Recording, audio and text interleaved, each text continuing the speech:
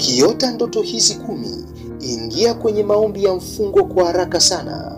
Kwa siku ya leo, tutakwenda kuziangalia ndoto 10 ambazo ukiziota unatakiwa uingie kwenye maombi ya mfungo. Ndoto ni njia mojawapo ambayo Mungu huitumia kuzungumza na watu wake. Ndio maana ukisoma kwenye kitabu cha Ayubu 33 na mstari wa 14 hadi 15 imeandikwa nukuu, kwa kuwa Mungu hunena mara moja, naam hata mara ya pili, ajapokuwa mtu ajali, katika ndoto, katika maono ya usiku, usingizi mzito wajiliapo watu, katika usingizi kitandani. Tunajifunza ndoto ni njia mojawapo ambayo Mungu huitumia kuzungumza na watu wake. Kwa hiyo ni muhimu sana kutambua ndoto yoyote imebeba tafsiri gani. Zipo ndoto 10 ambazo ukiziota hutakiwi kabisa kuzipuuzia hata kidogo. Kabla hatujaangalia tafsiri ya ndoto hizi 10, nisiwe mchoyo wa shukrani. Napenda kuwashukuru watu wote mlio subscribe katika channel yetu hii ya Nguvu ya Maono Media. Hakika ninyi ni watu wa muhimu na wa thamani sana kwetu. Tunawaombea kwa Mungu awalinde, awatunze na awafanikishe kwenye kila jambo ambalo mnalifanya.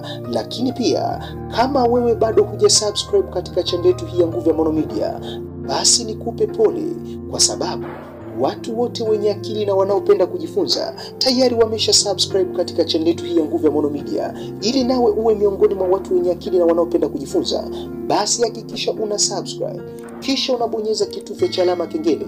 Kwa kufanya hivyo, utakuwa miongoni mwa watu wenye akili na wanaopenda kujifunza. Lakini pia hautapitwa kabisa na mafundisho yetu mbalimbali tunayoyatuma kila siku. Hakika Nguvu ya Maono Media ni mgodi wa maarifa. Fuatilia mwanzo mpaka mwisho. Kuna mambo mengi sana ya kujifunza. Zifuatazo ni ndoto 10 ambazo ukiziota unatakiwa uingie kwenye maombi ya mfungo kwa haraka sana. Ndoto namba 1. Kujiona umeng'atwa na nyoka ndotoni. Ukijiona umeng'atwa na nyoka ndotoni, ndoto hii huashiria mashambulizi ya kiroho. Na jambo la msingi la kutambua, wanyama ambao shetani hupenda kuwatumia sana ni nyoka. Ndio maana ukisoma kwenye kitabu cha Luka 10 mstari wa 19, Mungu ametupa amri ya kukanyaga nyoka na nge na nguvu zote za yule adui, wala hakuna kitu ambacho kitatudhuru. Kwa hiyo ukijiona ndotoni umeng'atwa na nyoka, ndoto hii huashiria mashambulizi ya kiroho. Lakini pia ukisoma kwenye kitabu cha Mwanzo sura ya 3 na mstari wa 14 hadi 15 imeandikwa nukuu, Bwana Mungu akamwambia nyoka, kwa sababu umefanya hayo, umelaaniwa wewe kuliko wanyama wote na kuliko hayawani wote walioko mwituni. Kwa tumbo utakwenda na mavumbi utakula siku zote za maisha yako, nami nitaweka uadui kati ya huyo mwanamke na kati ya uzao wako na uzao wake, na huo utakuponda kichwa na wewe utamponda kisigino. Tunajifunza nyoka huashiria shambulizi la kiroho. Kwa hiyo ukijiona ndotoni umeng'atwa na nyoka, ni muhimu sana uingie kwenye maombi ya mfungo kwa haraka sana.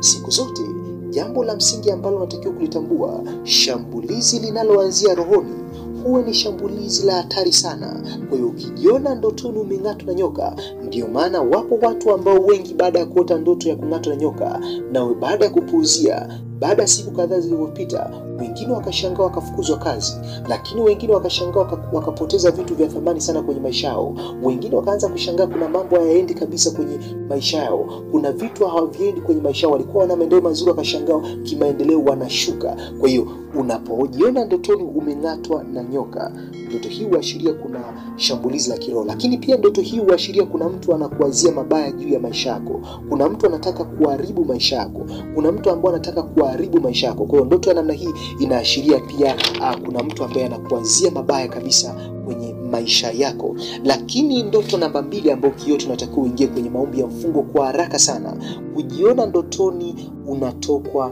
na damu. Asilimia kubwa ya watu wamekuwa wakiota ndoto ya namna hii.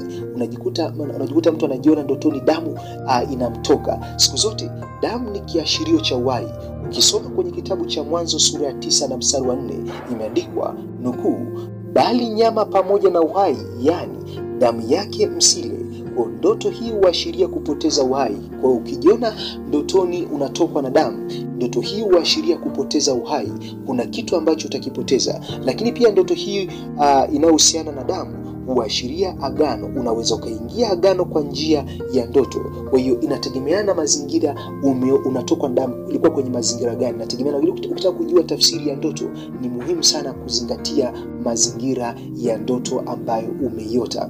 Lakini pia kwa hiyo ukiota ndoto namna hii, ukijiona ndotoni unatokwa na damu, ni muhimu kuingia kwenye maombi ya kufunga. Ingia kwenye maombi ya kufunga. Sio kufunga tu, bali na kuomba. Hata muda wa kutosha wa kuomba. Ingia kwenye maombi ya kufunga, omba, kukataa jambo hilo. Na jambo la msingi ambalo unatakiwa kutambua, Mungu mpaka anakuonyesha jambo ndotoni, maana yake anakuwa anakuamini na kwamba una uwezo wa kulizuia.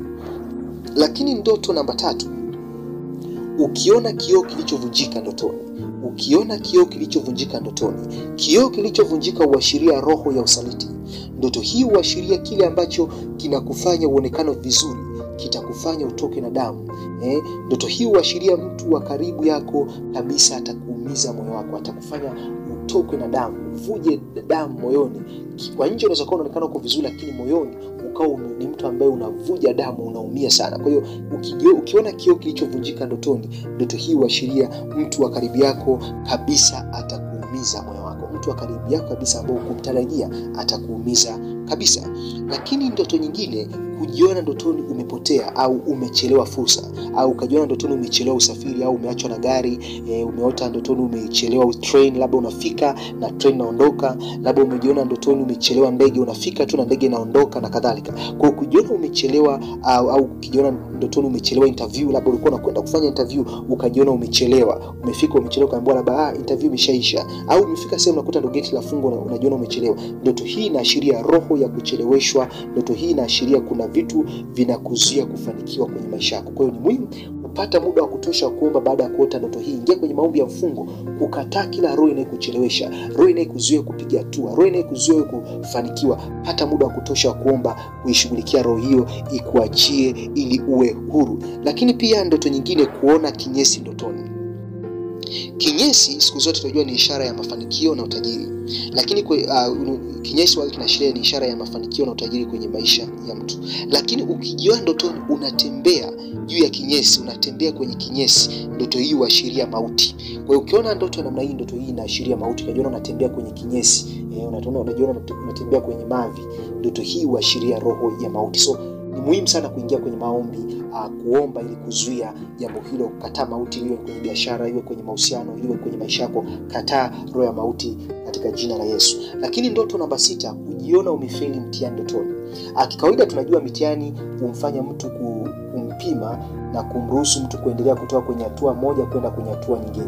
Kwa ndoto hii huashiria kushindwa. Ukijiona ndotoni umefeli mtihani, basi tambua kuna roho ya kushindwa kwenye maisha yako. Roho ya kushindwa itakukabili. Kwa hiyo ni muhimu kuingia kwenye maombi ya kufunga na kuomba. Lakini ndoto ya namba 7, kujiona unazama ndotoni. Unajiona unazama ndotoni. Ndoto hii huashiria kuelemewa. Kuna vitu ambavyo vimekuelemea, yamkini kazini, yamkini kwenye mahusiano, yamkini kwenye biashara. Kuna vitu ambavyo vimekuzidi, vimekuelemea. Kwa ni muhimu kupata muda wa kuingia kwenye maombi.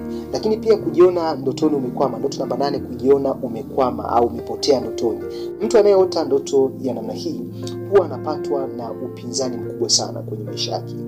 Mfano, mtu anaweza kutokea akamwahidi kitu na asimtimizie jambo hilo, lakini huyo mtu akamwahidi mtu mwingine akamtimizia. Kwa hiyo ukijiona umekwama ndotoni au umepotea ndotoni, muhimu sana kuingia kwenye maombi ya kufunga, kukataa kile kitu ambacho kinakukwamisha wewe kupiga hatua. Lakini ndoto namba 9, kuona yai bovu au yai lilooza au liloharibika. Ukaona yai bovu ndotoni au lilooza ndotoni, ndoto hii huashiria ugonjwa. Lakini pia ndoto hii huashiria umaskini.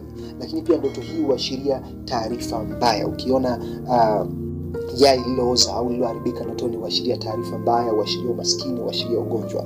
Lakini ndoto namba 10, kuona ndotoni umeng'atwa na mbwa. Ndoto hii huashiria shambulizi la kiroho kwenye maisha yako. Lakini pia ndoto hii huashiria kuna mtu anakuazia mabaya juu ya maisha yako. Ukisoma kwenye kitabu cha Wafilipi sura ya 3 na mstari wa 2, imeandikwa nukuu, jihadhari na mbwa, jihadharini na watendao mabaya, jihadharini na wajikatao, jihadharini na mbwa. Kwa hiyo ndoto hii inaweza kuashiria kuna mtu ambaye mtu wa karibu yako anakuazia mambo mabaya juu yako. So baada ya kuota ndoto hizi, ni muhimu sana kuingia kwenye maombi ya mfungo na upate muda wa kuomba, kukataa kabisa ndoto hizi, kwa sababu watu wengi wanaota ndoto hizi na wanaishia kukaa kimya. Kwa hiyo ni muhimu, ukiota ndoto hizi ni muhimu sana kuingia kwenye maombi ya mfungo na hakikisha unapata muda wa kutosha sana kuomba. Ni matumaini yangu umejifunza kitu. Kama umejifunza kitu, basi tafadhali hakikisha una like video hii, na kama bado hujasubscribe basi hakikisha una subscribe. Kama umejifunza sana, like na kisha comment nimependa somo zaidi. Nikutakie wakati mwema na kupenda sana.